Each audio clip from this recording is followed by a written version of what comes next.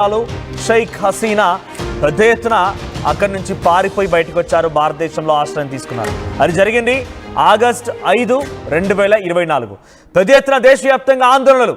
ఎక్కడ చూసినా కూడా రిజర్వేషన్కి సంబంధించిన అంశం ఒక ఎత్తు అయితే, ఆ తర్వాత మతాలకు సంబంధించిన వివాదాలు, ఆర్మీకి వ్యతిరేకంగా, అధికారులకు వ్యతిరేకంగా పెద్ద ఎత్తున షేక్ హసీనా ప్రభుత్వాన్ని కుప్పగూల్చే విధంగా విద్యార్థులంతా రోడ్డుకెక్కి నిరసన తెలియజేయాలి. అది ఎందుకంటే ఇంతటి నిరసన, ఇంతటి ఆందోళన ఎప్పుడు కూడా ప్రపంచ దేశాలు కనివిని ఎరగని రీతిలో జరిగినటువంటి ఈ అవన్నీ కూడా కొన్ని లక్షలాది మంది విద్యార్థులు రోడ్లపైకి ఎక్కి ఏకంగా షేక్ హసీనా నివాసాన్ని చుట్టుముట్టడమే కాదు, నివాసం లోపలికి వెళ్ళిపోయి తనకు సంబంధించినటువంటి చాలా పర్సనల్ విలువైనటువంటి వస్తువులను కూడా ధ్వంసం చేశారు.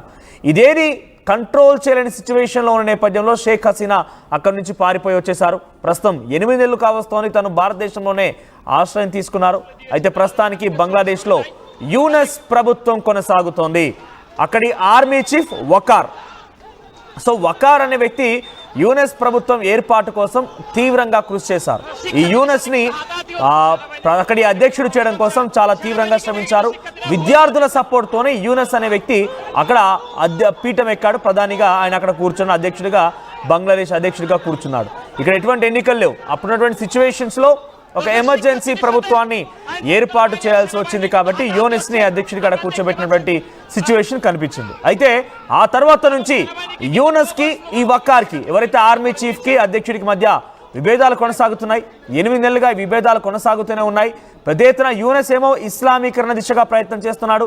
చాలామంది ప్రొటెస్టర్స్ ఎవరైతే మత విద్వేషాలు రెచ్చగొట్టి సామాన్యమైనటువంటి వ్యక్తులపైన దారుణానికి పాల్పడి మత కల్లోలాలు తెరలేపే విధంగా, ఆందోళన రేకెత్తించే విధంగా ఎవరైతే ప్రయత్నం చేస్తారో వారందరినీ కూడా వకార్ ఆర్మీ చీఫ్ వకార్ ఆయన అరెస్ట్ చేశారు.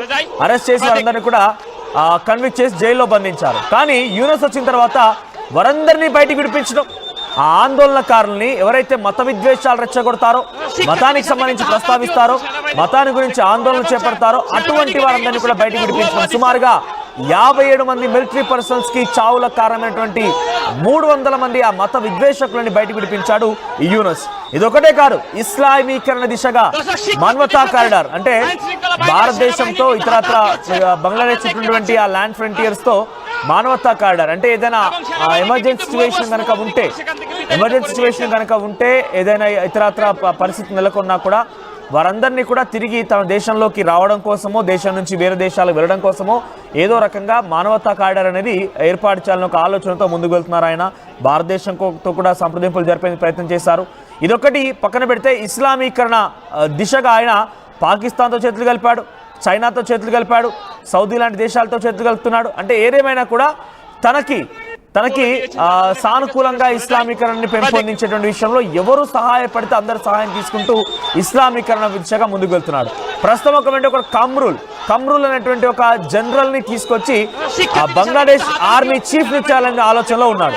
సో వకార్ అనే వ్యక్తి ఇస్లామీకరణ వ్యతిరేకంగా ఉన్నాడు, యూనస్ కి సహకరించడం లేదు. యూనస్ ప్రభుత్వం అనేది అనుకున్న స్థాయిలో రీచ్ కాలేకపోతుంది. పైపెచ్చు డెమోక్రటిక్ గవర్నమెంట్, ఎన్నికల్లోకి వెళ్ళిపోయి మరోసారి ప్రభుత్వం ఏర్పాటు చేద్దాం, ప్రజల నిర్ణయాన్ని కోరుదామనే విషయానిపైన వకార్ పదే అధ్యక్షుడిని అడిగినా అధ్యక్షుడు పట్టించుకోకుండా నేను బ్రతికున్న రోజులు నేనే, ఇక గతంలో అంటే ఒక రాజు పరిపాలన లాగా ఎవరు ఉండకూడదు, నేను ఒక్కడనే ఉండాలి, నేను మాత్రమే పీఎంగా ఉండాలి, నేను మాత్రం అధ్యక్షుడిగా ఉండాలని ఒక ధోరణితో, ఒక అహంకార బుద్ధితో యూనస్ ముందుకు వెళ్తుంటే ఇవన్నీ నచ్చక మొదటి నుంచి ఇద్దరు మంది విభేదాలు కొనసాగుతున్నాయి. అటు ఎన్నికలు రానివ్వడం లేదు, డెమోక్రటిక్గా ఎన్నికలకు వెళ్ళడం లేదు, అలా అని చెప్పి ప్రభుత్వాన్ని సజావుగా నడిపిస్తున్నారంటే అటువంటిది ఏది లేదు. ఇబ్బందికర పరిస్థితులు తలెత్తుతున్నాయి.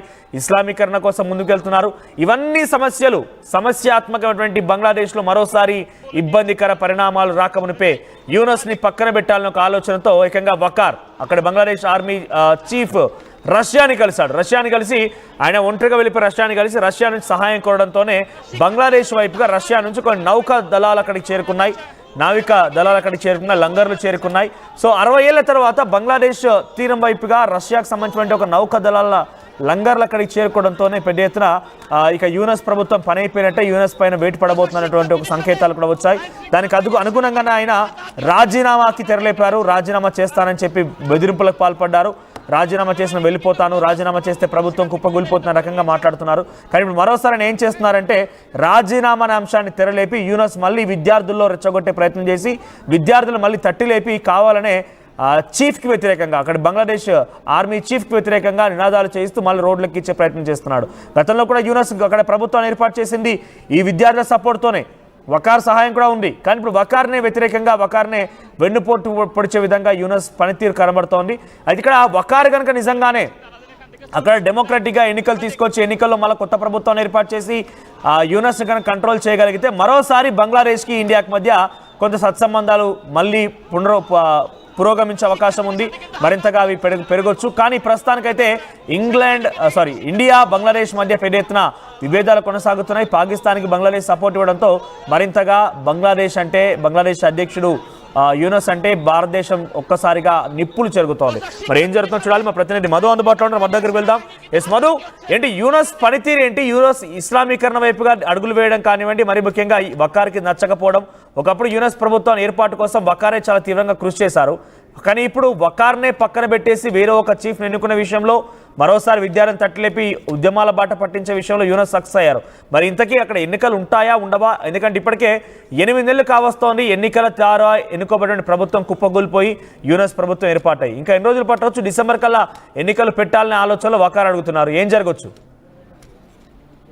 ప్రస్తుతం ఇస్లామిస్టులను జైలులో మగ్గుతున్నటువంటి వారిని చాలా రోజులుగా ఇస్లామీకరణ చేయాలి, తీవ్రవాదానికి అనుకూలంగా ఉన్నటువంటి వారిని, తర్వాత బంగ్లాదేశ్ రైఫిల్స్ అనేటువంటి సంస్థ ప్రతినిధులని అరెస్ట్ చేశారు. వీరంతా కూడా కాస్త ఉగ్రవాదానికి అనుకూలమైనటువంటి స్టేట్మెంట్ గతంలో చేశారు. హసీనా ప్రధానిగా ఉన్నప్పుడు వారందరూ జైల్లో ఉన్నారు.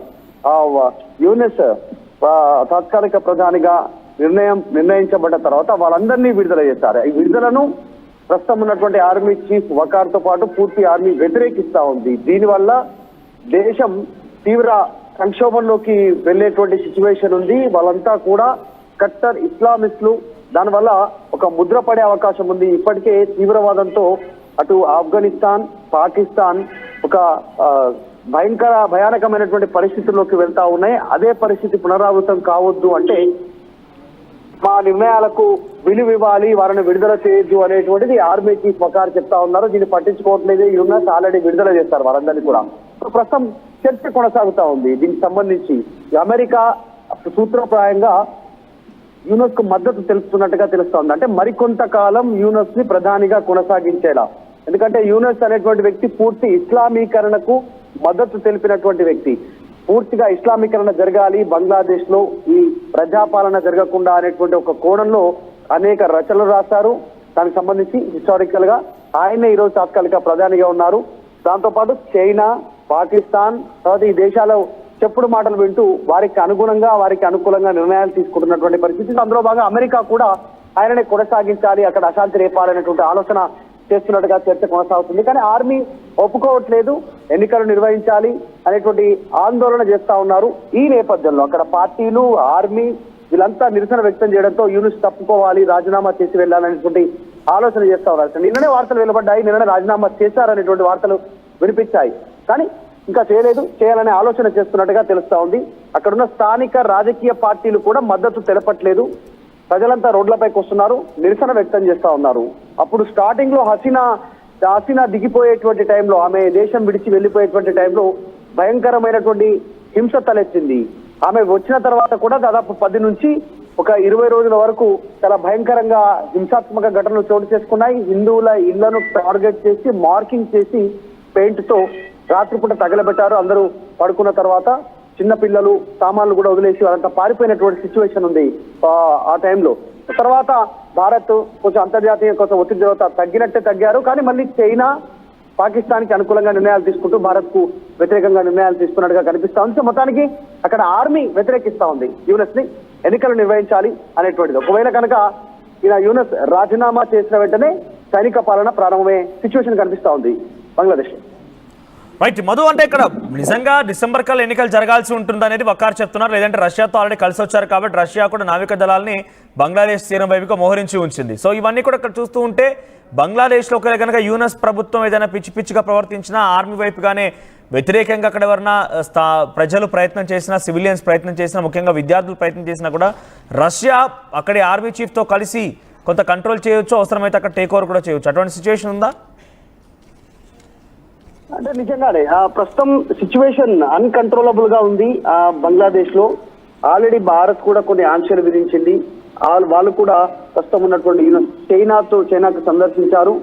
తర్వాత చైనా చెప్పినట్టుగా కాస్త నడుచుకుంటున్నట్టుగా కనిపిస్తా ఉంది. ఒక అస్థిరమైనటువంటి సిచ్యువేషన్ ఉంది. తాత్కాలిక ప్రధానిగా ఉన్న కంట్రోల్ చేయని పొజిషన్ లో బంగ్లాదేశ్ వెళ్ళిపోయింది. దీన్ని ఇంకా అలాగే కొనసాగే ప్రయత్నం చేస్తే తిరుగుబాటు వచ్చే అవకాశం ఉంది, సైనికంగా పరంగా కానీ ప్రజల నుంచి కానీ. మరింత సంక్షోభంలోకి బంగ్లాదేశ్